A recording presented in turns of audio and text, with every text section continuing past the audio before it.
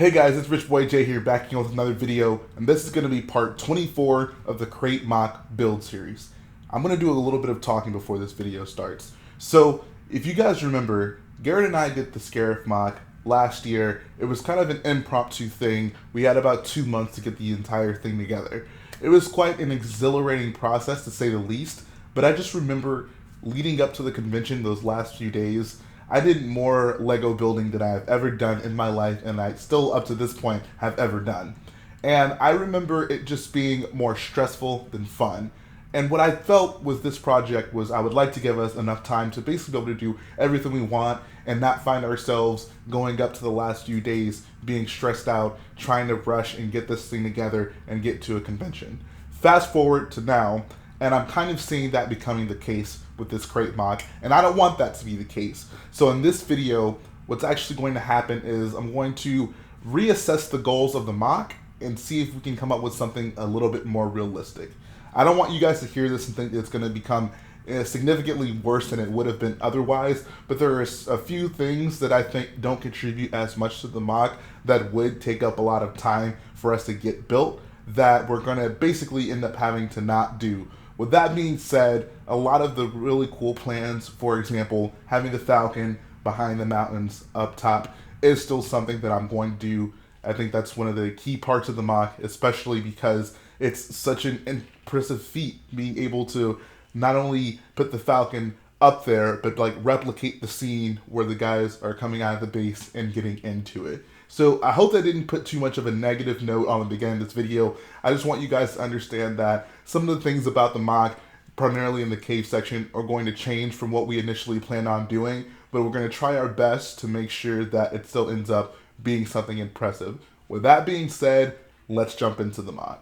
Alright, so the first thing I wanted to show you guys is that this section over here on the right side of the cave is pretty much untouched.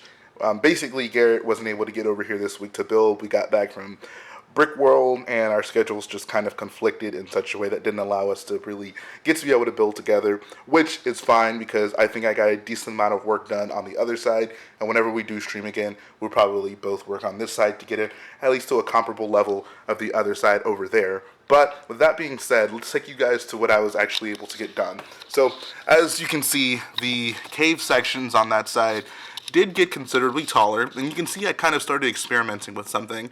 I've noticed in the movies that along the tops of the mountain sections, there are some pipes, and you can see those with those brown cylinder pieces that I added up there, and I think it looks pretty good. You can see that there's a difference though. So right here, I use the Lego cylinder pieces, and then here I use the Technic connectors. And that was just kind of for me to see which technique I like better. And I think I prefer the Technic connectors. It just looks more smooth and more actually like pipes. So I went ahead and I placed an order to get, I think, a little bit over 100 more of these things to hopefully be able to have the pipes go back around there and then obviously get replace those colorful ones, and then kind of come back along the wall all the way to the very back of the MOC. But you can see that this section is actually coming along pretty well.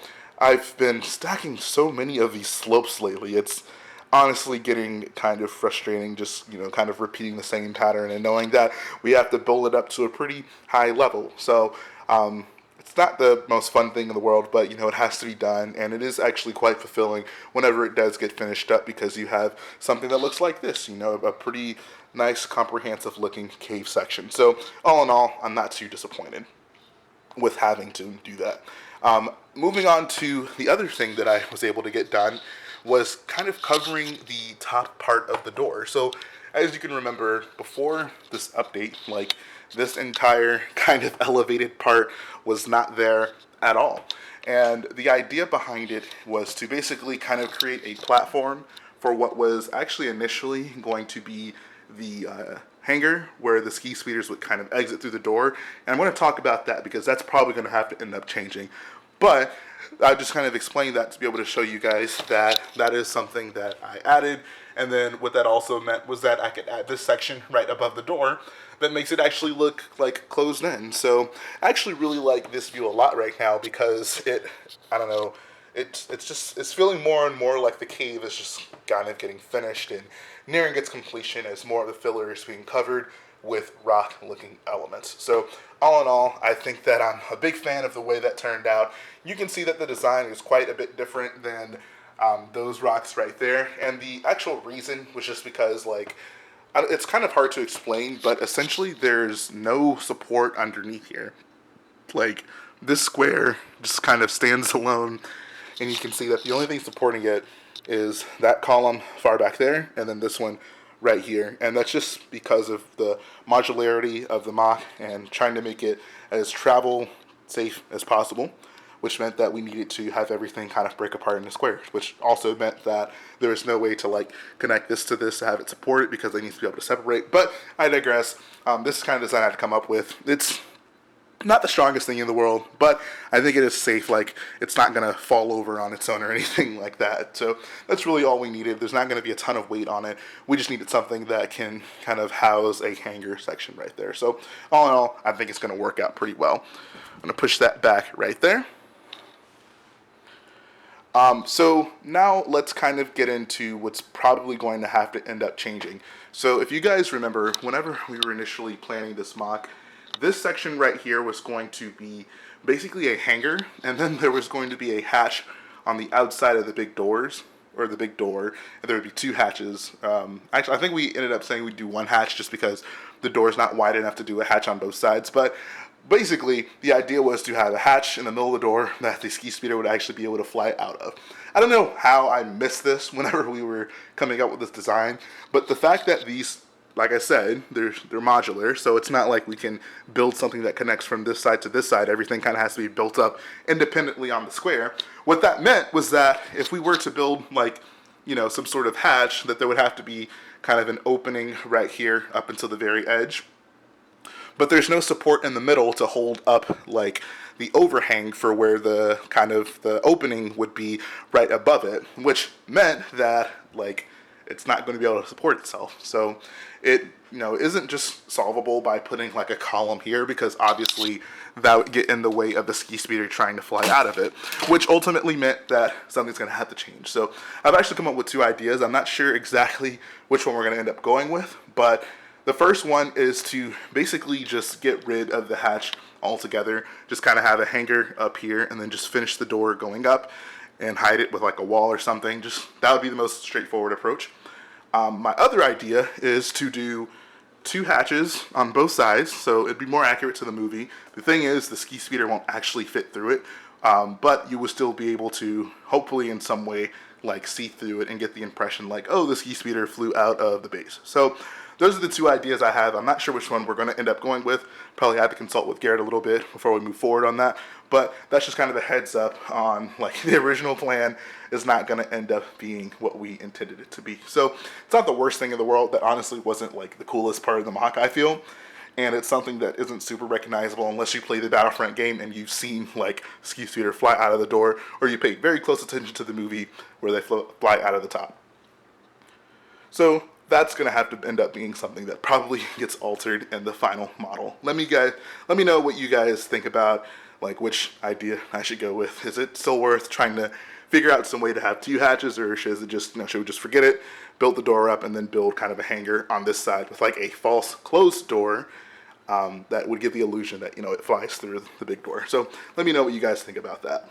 Now, coming back around to the front, another thing I did want to address that's going to change about the MOC is the idea that the mountains would get significantly taller. I believe initially our plan was to basically have this section built all the way up and then kind of continue the mountains going back up and make them considerably taller, which, seeing the slope usage in this MOC, I mean, we were using so many slopes on every single part of the cave. You can see there's just slopes all over the place.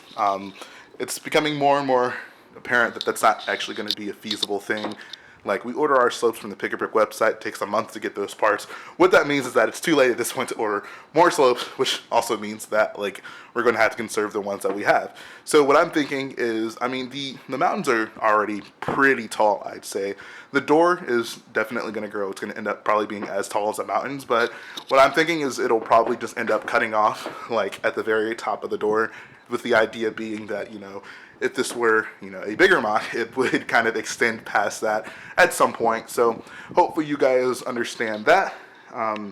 I think it'll be fine, honestly. Like, having actually displayed this MOC at a convention, it didn't seem like the walkers were too big for the other side of the MOC, especially since they're so far apart. That was the biggest concern and the biggest driving factor in trying to make the mountains very tall. But I'm happy with the size. I'm happy moving forward with just like this being the size, and then just kind of finishing off the door and being able to complete that scene. So hopefully that ends up working out. Moving on to the back. Now this is probably where the biggest change is going to happen. I believe initially when we talked about the MOC, we discussed that we wanted to cover the entire roof, which would have been pretty cool, but just seeing how much time we have left, we have little over a week and a half. That's also seeming like something that is going to be kind of very difficult, if not impossible task. So I've kind of resolved that by coming up with a compromise per se. My idea is still to kind of build up the like the rocks on the inside of the MOC. So the idea is actually that they'll end up being pretty much as tall as where this roof level is, and it'll essentially kind of come up, and then on either side it'll be covered with, you know, rocks, white tiles, something like that, to make it look like the top of the mountains. On this side it'll probably just be plain, like whenever you reach the highest level, but on that side it'll go up, and then the falcon will just sit on top of there. So it's not going to be like something that is like an all-encompassing scene. Like, the falcon will be sitting up top, but like right beside it there'll be a hole that just kind of goes all the way down so you can see into the MOC, which is nice because it'll make it a little bit easier to actually appreciate the MOC. But the falcon will still be up there. It'll still kind of replicate that scene. And I'm actually thinking about doing some kind of like, maybe like if you imagine this floor kind of would stretch all the way to the other side, and then it would make a turn wherever those rocks are, and then come back this way. I imagine kind of like as the rocks get built up, there's going to be like a level, and then the falcon will be on top of that. I imagine below that, maybe we could do some kind of small caves, and then kind of have the crew running through them and running out like to the top of the mountains, and be kind of obstructed by the rocks that Ray ends up having to move. So that's just kind of a rough idea. I know this is kind of hard to visualize since, you know, I'm just kind of talking and trying to explain what's going to happen with what is probably a very complicated idea, but I'm hoping you guys at least get the gist of what I'm trying to explain here. So that's pretty much going to finish up the MOC. Like I said, there are quite a few changes, but not anything that I feel will tremendously hurt the MOC. I mean, even at this point, just being able to look at this door, I mean, I'm so happy that I finally had that section built right above it, because it looks so complete. Like, if you just put the camera here, it feels like the caves of Crait. So I'm happy that we'll have some semblance of the cave sections. But all in all, just kind of wanted to temper our expectations, like come up with more reasonable goals, and not be stressed out the day before the convention, or even at the convention, trying to get this thing prepared. So let's go ahead and move to the end of the video, guys. And that's going to finish up the video this week, guys. I hope that you enjoyed it and aren't too disappointed by some of the changes with the MOC. Like I said, we're going to try our best to preserve a lot of the cooler elements that we had planned for the MOC, but we just want this to be a realistic kind of journey. We really only have about a week and a half left to get this entire thing done, which, like I said before, is quite the feat, but I'm more than confident we can go ahead and get it looking pretty close to what we initially envisioned. This is always a very ambitious project from the very beginning, whether it be the 3-foot tall ATM6, or those big turrets that we decided to build, or just having the MOC be this size in general. This MOC is 4x9 base plates. It's bigger than anything I've ever done, bigger than anything that Garrett has ever done, and it's quite the feat. But like I said, I'm super happy with what we've done so far. I can't even believe that we've made it this far. Honestly, if I just had to take the MOC as is to a convention, I wouldn't be too disappointed, because we've done so much work and we've gotten to this point, and I think it looks absolutely beautiful. So moving forward, we're going to be doing a lot of work this week. There's going to be quite a few live streams, I'd say. What I'm honestly thinking is the live streams are probably going to come more frequently, but they won't be as long. And the idea behind that is when we stream, we're kind of obligated to engage with you guys, because the idea is we want to be able to kind of hold a conversation while we're building to help pass the time. The cool thing about this is it's a little less boring because we get to have people to talk to, but then the other side of that is, of course, that we then have to dedicate a portion of our building time to having to engage with you guys. And while we do enjoy it very much so, we are going to need all the build time that we can get. So I'd rather, have him over here, do a few hours of building on stream, and then do just, a few more hours building off stream. That way we can get a lot of the details done, because like I have some parts in my Lego room that we need to get and bring them out here, and it's a bit much, especially since Garrett has to sit on the other side of the table, for us to be continuously going from here to there, especially while we're on stream. It's just a lot more feasible whenever we're not filming. So the streams will probably come more frequently. I'm thinking we'll at least do 2, probably 3, depending on how often he's able to get over here. But they're not going to be as long, which I'm sure won't be the worst thing in the world, because you guys will at least get to have some sort of communication with us during the build process. And I think you're going to be able to see this thing just grow exponentially right before your eyes as we're doing a lot of work on this thing, trying to get this prepared for Brickfiesta on the 4th of July weekend. So that's going to finish up the video this week, guys. Like I said, hopefully you enjoyed it, and we got our work cut out for us, but I'm excited to see where this MOC goes. I've been putting in orders for parts. Hopefully they come in.